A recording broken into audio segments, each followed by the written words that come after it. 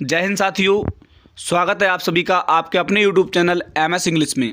Guys, आज हम discuss करते हैं NCF 2005। क्या करते हैं? NCF 2005। इसमें महत्वपूर्ण प्रश्न हम डिस्कस करेंगे जो हमारे सीटेट परीक्षा में 5 से 6 नंबर लेकर के आएंगे। तो दोस्तों, 5 से 6 नंबर लाने के लिए इस वीडियो को आप सभी को अंत तक देखना है।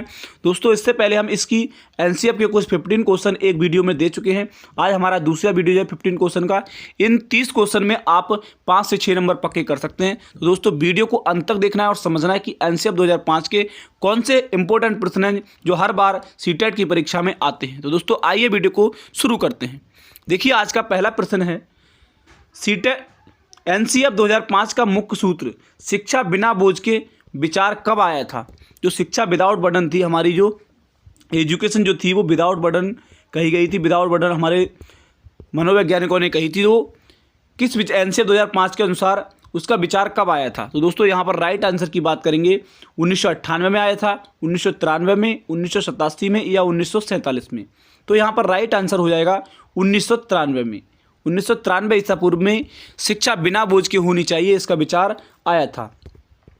नेक्स्ट प्रश्न की बात करेंगे। अगला प्रश्न है, NCF 2005 के अंतर्गत परीक्षा सुधारों में किस सुधार को सुझाया गया है? देखिए, यहाँ पर NCF 2005 के अंतर्गत परीक्षा सुधारों में किस सुधार को सुझाया गया कि परीक्षा जो हमारी शिक्षा होनी चाहिए वो कैसी होनी चाहिए, किस प्रकार की होनी चाहिए, किससे इसका आकलन होना चाहिए। देखिए, सामूहिक कार्य मूल्यांकन, सतत मूल्यांकन या खुली पुस्तक मूल्यांकन या सभी। तो यहाँ पर NCF 2005 के जो अंतर्गत परीक्षा के सुधारों में को सुझाया गया था वो सभी के लिए सुझाया गया था। किसके लिए? सभी के लिए। हमारा ऑप्शन डी बिल्कुल राइट आंसर होएगा। सामूहिक कार्य मूल्यांकन, सतत मूल्यांकन और खुली पुस्तक मूल्यांकन। नेक्स्ट प्रश्न देखते हैं। अगला प्रश्न है, विद्यालय शिक्षा का अब तक का नवीनतम राष्ट्रीय दस्तावेज जो हो वो क्या है? NCF 2005 है, RTE 2009 है, NPE है या उपरोक्त में से कोई नहीं है। तो यहाँ पर राइट आंसर की बात हम करेंगे। इसका राइट आंसर हो जाएगा NCF 2005। देखिए, अभी तक के लिए जो नवीनतम दस्तावेज है वो NCF 2005 ही है हमारा, लेकिन आगे आने वाले समय में NEP 2020 हो जाएगा। NEP 2020 हमारा नवीनतम राष्ट्रीय दस्तावेज हो जाएगा, लेकिन अभी के लिए हमारा NCF 2005 ही है। नेक्स्ट प्रश्न देखते हैं। अगला प्रश्न है हमारा, किस मंत्रालय की पहल पर NCF 2005 तैयार किया गया था? तो यहाँ पर मानव संसाधन विकास मंत्रालय, रेल मंत्रालय, अधिस्थ बोर्ड या उपरोक्त में से कोई नहीं। तो देखिए, यहाँ पर हमारा राइट आंसर हो जाएगा मानव संसाधन विकास मंत्रालय के द्वारा। इसको MHRD भी कहते हैं। क्या कहते हैं? MHRD की कहते हैं, लेकिन इसका नाम अब बदल कर रख दिया गया है। अगला प्रश्न देखेंगे। अगला प्रश्न है हमारा, NCF 2005 में किन शिक्षण सूत्रों से के अधिकतम प्रयोग का सुझाव दिया गया है? देखिए, यहाँ पर समझेंगे, बहुत ही इंपॉर्टेंट प्रश्न है ये। कई बार हमारी परीक्षाओं में आ चुका है, सीटेट की परीक्षाओं में। तो ये इंपॉर्टेंट प्रश्न है, इसको समझेंगे। देखिए, ज्ञात से अज्ञात की ओर या अमूर्त से मूर्त की ओर या फिर ज्ञात से अज्ञात की ओर एवं मूर्त से अमूर्त की ओर या सभी। यहाँ पर जो हमारा राइट आंसर हो जाएगा वो राइट आंसर हमारा होगा ऑप्शन सी। क्या हो जाएगा? ऑप्शन सी, ज्ञात से अज्ञात। देखिए, जिसको हम पहले जानते हैं उसको सीखेंगे, उसके बाद जिसको नहीं जानते उसको सीखेंगे। और मूर्त से अमूर्त की, यानी हम तस्वीरों को देखकर, छोटे बच्चे होते हैं उनको तस्वीर दिखाते हैं कि ये क्या है, ये आम है, ये सेब है। तो ऐसे हम पहले मूर्त चीज़ दिखाएंगे, उसके बाद अमूर्त चीज़ें दिखाएंगे। तो यहाँ पर हमारा ऑप्शन सी बिल्कुल राइट आंसर हो जाएगा, ज्ञात से अज्ञात की ओर एवं मूर्त से अमूर्त की ओर। अगला प्रश्न देखेंगे। अगला प्रश्न है, करिकुलम किस भाषा का शब्द है? देखिए, यहाँ पर चूकना नहीं है, यहाँ पर लैटिन भाषा का शब्द है। किसका है? लैटिन भाषा का। करिकुलम जो हमारा है वो लैटिन भाषा का शब्द है। अगर कोई भी अन्य भाषा चीज़ आए, हिंदी भाषा, उर्दू भाषा या फ्रेंच भाषा, तो आपको ये सब कट कर देना है। हमारा लैटिन भाषा का शब्द है करिकुलम। अगला प्रश्न देखेंगे। अगला प्रश्न है, NCF 2005 की कार्यशाला कहाँ पर आयोजित की गई थी? देखिए, NCF 2005 की जो कार्यशाला थी वो SCRT उदयपुर में या SIERT उदयपुर में, NCRT नई दिल्ली में या NHRD नई दिल्ली में। तो कहाँ पर की गई थी? तो देखिए, हमारे NCF 2005 की जो कार्यशाला आयोजित की गई थी वो NCRT नई दिल्ली में की गई थी। यहाँ पर ऑप्शन सी बिल्कुल राइट आंसर हो जाएगा, NCRT नई दिल्ली। अगला प्रश्न देखेंगे। अगला प्रश्न है, देखिए बहुत इंपॉर्टेंट प्रश्न है, ये भी कई बार परीक्षा में आ चुका है, इंपॉर्टेंट प्रश्न है। निम्न में से एनसीईआरटी 2005 में किस बात पर बल दिया गया था? तो यहाँ पर किस बात पर बल दिया गया था? विज्ञान के लिए शिक्षा होनी चाहिए, या विकास के लिए शिक्षा होनी चाहिए, या शांति के लिए शिक्षा, या फिर सभी? तो यहाँ पर राइट आंसर हमारा जो हो जाएगा ऑप्शन सी हो जाएगा, शांति के लिए शिक्षा। इसके लिए शांति के लिए शिक्षा होनी चाहिए, शांति के लिए शिक्षा पर एनसीईआरटी 2005 ने बल दिया था। ऑप्शन सी बिल्कुल राइट आंसर हो जाएगा। अगला प्रश्न देखेंगे। अगला प्रश्न है एनसीईआरटी 2005 में किस परीक्षा के संबंध में सुधार करने के लिए सुझाव दिए गए? एनसीईआरटी 2005 में किस परीक्षा के संबंध में सुझाव दिए गए? तो यहाँ पर समझेंगे, ये ऑप्शन है हमारा कक्षा 10वीं की परीक्षा ऐच्छिक हो, प्रतियोगी प्रवेश परीक्षा ऐच्छिक हो, कक्षा 12वीं की परीक्षा ऐच्छिक हो, या फिर उपयुक्त सभी।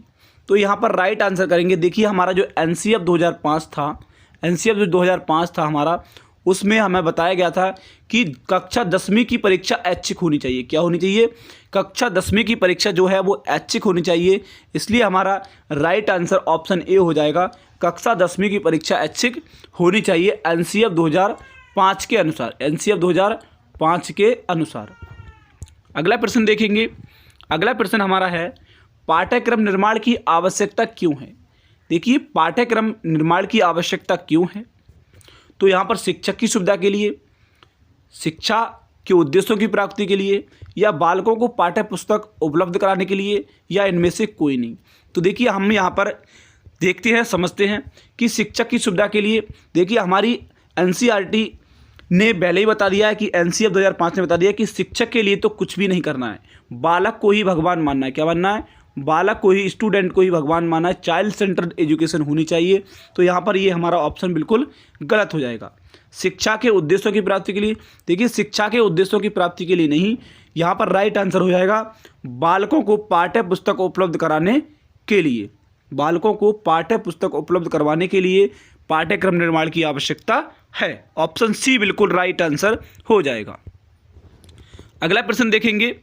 अगला प्रश्न है एनसीईआरटी 2005 में कुल अध्यायों की संख्या कितनी है? देखिए हम पिछले वीडियो में बता चुके हैं कि एनसीईआरटी 2005 में जो हमारे सदस्य थे वो थे 35। कितने थे? 35, जिसमें 2 सदस्य हमारे, एक अध्यक्ष था और एक था निदेशक। तो यहाँ पर अध्यक्ष हमारे मैं पहले ही बता चुका हूँ वीडियो में, उसमें यशपाल थे। क्या थे? अध्यक्ष जो थे हमारे एनसीईआरटी 2005 के वो यशपाल थे, और हमारे जो निदेशक थे वो थे कृष्ण कुमार। कौन थे? कृष्ण कुमार थे। अब यहाँ पर बात करते हैं इसके कुल अध्यायों की। तो यहाँ पर इसके अध्याय की बात करेंगे। अध्याय इसके हैं 5। कितने हैं? 5। ऑप्शन बी बिल्कुल राइट आंसर है। ना तो 6 हैं, ना ही 4, ना 3। क्या है? कितने हैं? 5। एनसीईआरटी 2005 में अध्यायों की संख्या 5 है। कितनी है? 5।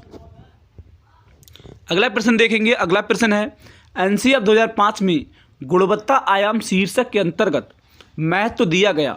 एनसीईआरटी 2005 में गुणवत्ता आयाम शीर्षक के अंतर्गत महत्व दिया गया, तो किस पर महत्व दिया गया? अब देखिए यहाँ पर समझते हैं। शिक्षित एवं अप्रेरित शिक्षकों के लिए, बालकों के लिए ज्ञान संदर्भ में संरचित अनुभवों के लिए, या फिर बालकों के लिए संरचित अनुभव एवं पाठ्यक्रम सुधार को, या भौतिक संसाधनों को। तो यहाँ पर राइट आंसर हमारा हो जाएगा सी। क्या हो जाएगा? सी ऑप्शन हो जाएगा कि बालकों के लिए संरचित अनुभव एवं पाठ्यक्रम सुधार को। ऑप्शन सी बिल्कुल राइट आंसर हो जाएगा। अगला प्रश्न देखेंगे। अगला प्रश्न है यदि बच्चे फेल होते हैं तो वे दर्शाते हैं, क्या दर्शाते हैं? अपनी असफलता को, स्कूल की असफलता को, समाज की असफलता को, परिवार की असफलता को। देखिए यहाँ पर शिक्षक जो है वो यदि बच्चे फेल होते हैं तो किसको दर्शाते हैं? देखिए परिवार की असफलता को तो बिल्कुल नहीं दर्शाते हैं, क्योंकि स्टडी जो होती है अभी स्कूल में कराई जाती है, विद्यालय में कराई जाती है, इसलिए परिवार की इसमें कोई असफलता नहीं है। समाज की असफलता है, समाज की भी असफलता नहीं है। उसकी अपनी असफलता है क्या? नहीं। देखिए बच्चा को क्या बनाया? चाइल्ड सेंटर एजुकेशन बताई गई है। चाइल्ड सेंटर हमारी एजुकेशन बताई गई है, क्योंकि हमें बच्चे को ही क्या मानना है? भगवान मानना है। बच्चे से कुछ नहीं कहना है। अगर वो फेल होता है या असफल होता है तो उसमें बच्चे की गलती नहीं है। यहाँ पर स्कूल की असफलता को दर्शाया जाता है, क्योंकि स्कूल में अगर स्टडी नहीं हुई है इसलिए बच्चा फेल हो गया, चाहे वो पढ़ता हो या ना पढ़ता हो। लेकिन बच्चे की गलती नहीं रखनी है, स्कूल की असफलता को यहाँ पर दर्शाते हैं, क्योंकि बच्चा ही क्या है? भगवान माना गया है एनसीएफ 2005 में। तो देखिए दोस्तों, स्कूल की असफलता को इसमें दर्शाया गया है। अगला प्रश्न देखेंगे। अगला प्रश्न है, एनसीएफ 2005 के अनुसार सीखना एक ज्ञान के निर्माण की प्रक्रिया है, या ज्ञान अवरुद्ध करने की प्रक्रिया है, या सीखना व्यक्ति विकास को प्रभावित करता है, या इनमें से कोई नहीं। तो यहाँ पर राइट आंसर हो जाएगा ऑप्शन ए, ज्ञान के निर्माण की प्रक्रिया है सीखना। अगला प्रश्न देखेंगे। अगला प्रश्न है आज का लास्ट प्रश्न। अगला और लास्ट प्रश्न है, भीड़भाड़ वाली कक्षाओं में अध्यापन की बात करना निरर्थक है। यहाँ पर आप कमेंट सेक्शन में इसका उत्तर बताइए कि इसका उत्तर क्या हो सकता है। देखिए, पिछड़े, सामान्य, कक्षा केंद्रित या सृजनशील। तो यहाँ पर भीड़भाड़ वाली कक्षाओं में जो अध्यापन की बात करना निरर्थक हो जाएगा, उसका राइट आंसर हो जाएगा सृजनशील। सृजनशील, ऑप्शन डी बिल्कुल राइट आंसर हो जाएगा। तो दोस्तों, ये हमारे एनसीएफ 2005 से संबंधित कुछ महत्वपूर्ण प्रश्न रहे हैं। इसमें हमने एक वीडियो पहले बना चुके हैं, उसका ये आज दूसरा वीडियो है। तो दूसरे वीडियो में आज हमने 15 क्वेश्चन डिस्कस किए हैं। तो दोस्तों, 30 प्रश्न हमने ऐसे 2 वीडियोज़ में कराए हैं, जिसमें 5 से 6 नंबर आप सभी के बिल्कुल पक्के होंगे। कोई इसको प्रश्न को नहीं काटता, क्योंकि एनसीएफ से हर बार प्रश्न सीटेट की परीक्षा में आते हैं। दोस्तों, उम्मीद करता हूँ वीडियो आप सभी के लिए बहुत अच्छा लगा होगा। वीडियो आप सभी के लिए अच्छा लगा हो तो वीडियो को लाइक, शेयर और सब्सक्राइब जरूर करें। साथ में बेल आइकन भी प्रेस करें, जिससे हमारे आगे आने वाले सभी वीडियोज आप सभी लोगों तक पहुँच सके। गाइस, मैं सीटेट की जो प्लेलिस्ट है उसका लिंक इसी वीडियो के डिस्क्रिप्शन में मैं आप सभी के लिए दे दूंगा। वो वहाँ से जाकर सारे वीडियोज़ देख लीजिए। दोस्तों, thank you, best of luck.